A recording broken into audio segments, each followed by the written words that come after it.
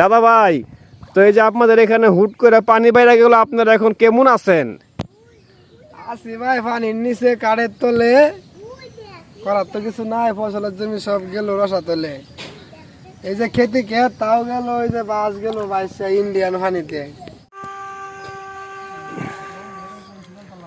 স্মরণকালের ভয়াবহ বন্যা, উত্তরবঙ্গে স্মরণকালের ভয়াবহ বন্যা দেখা দিছে নতুন কইরা। বর্ষাকালে যেই পরিমাণ পানি হওয়ার কথা সেই পরিমাণ পানি হয় নাই, কিন্তু বর্ষার মৌসুম যাওয়ার পরে এই যে এত পানি হইল, এই যে ঘর দুয়ার তলায় গেল, এর কারণ কি? এর কারণ তো আপনারা অবশ্যই বুঝতে পারতেছেন যে বর্ষাকালে পানি হয় নাই, কিন্তু বর্ষাকাল ছাড়া হুর হুর কইরা 2-3 দিনের ভিতরে এত এত পানি আয়া পড়লো, ঘরবাড়ি সব তলায় গেল, মানুষজনের অবস্থা খুব ভয়াবহ, খেতি খোলা সব তলায় গেছে গা। ঠিক আছে, দেখেন ধানি জমি কিন্তু একটাও নাই, বড় দুঃখের বিষয়।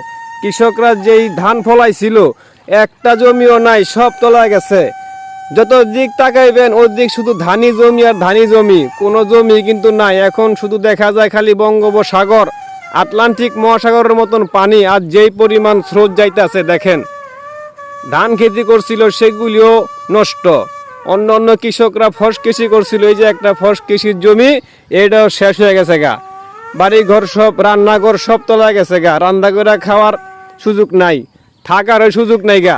দেখেন কি একটা অবস্থা। তাহলে এই পানিটা কোথায় থেকে আসতেছে আপনারা অবশ্যই এটা বুঝে নেবেন, কারণ এটা অনেকেই বলবেন বৃষ্টির পানি, ঢলের পানি। আরে বাবা, ঢলের পানি হইলেও কিন্তু অল্প পরিমাণ বাড়ে।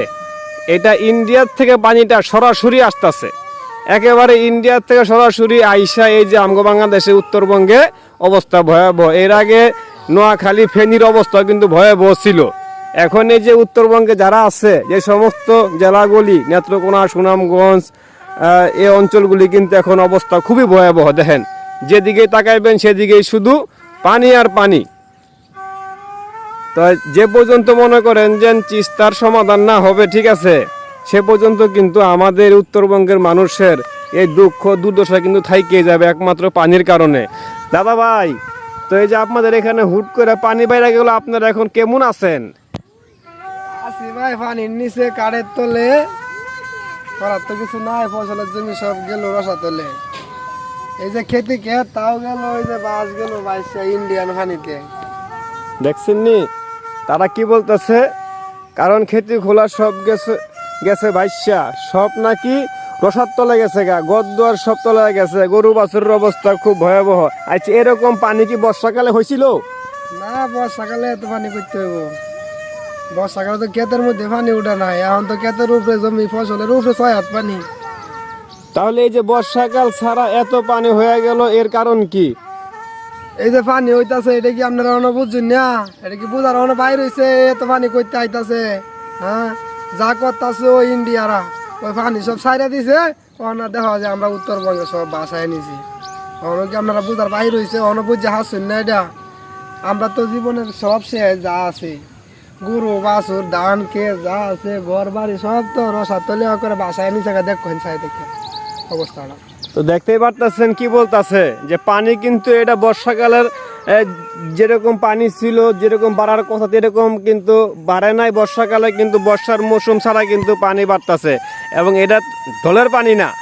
গ্রামবাসীরা বলতেছে যে এটা ইন্ডিয়া থেকে সরাসরি মোদি সরকার এই যে পানিটা ছাড়ার কারণেই এখন এই যে বাড়ি ঘরের এরকম অবস্থা, ক্ষেত্রে খোলা সব তলায় গেছে গা। তারা দুঃখ প্রকাশ করলেন যে আমাদের ক্ষেত্রে খোলা যা আছে সব তলায় গেছে। তাহলে দেখেন এই অবস্থার ভিতরে সারা দেশের মানুষ কিন্তু ডুবে মরতেছে, আর অবস্থা খুব ভয়াবহ। মা চাষিরা যারা আছে, বাচ্চা কাচ্চা, তাদের গ্রামের ভিতরে তারা কি অবস্থা আছে, এই বিষয়গুলি গ্রামের ভিতরে ভিতরে ঢুকে আমি আপনাদেরকে দেখাবো। তাহলে বুঝতে পারতেছেন ইন্ডিয়া এই মোদি সরকার পানি ছেড়ে দেওয়ার কারণে কিন্তু এই যে এই অবস্থা, ঠিক আছে। তাইলে দোয়া করবেন উত্তরবঙ্গবাসীর জন্য, নেত্রকোনাবাসীর জন্য, তারা যেন এই বন্যার এই বিপদ থেকে যেন তারা রক্ষা পায়।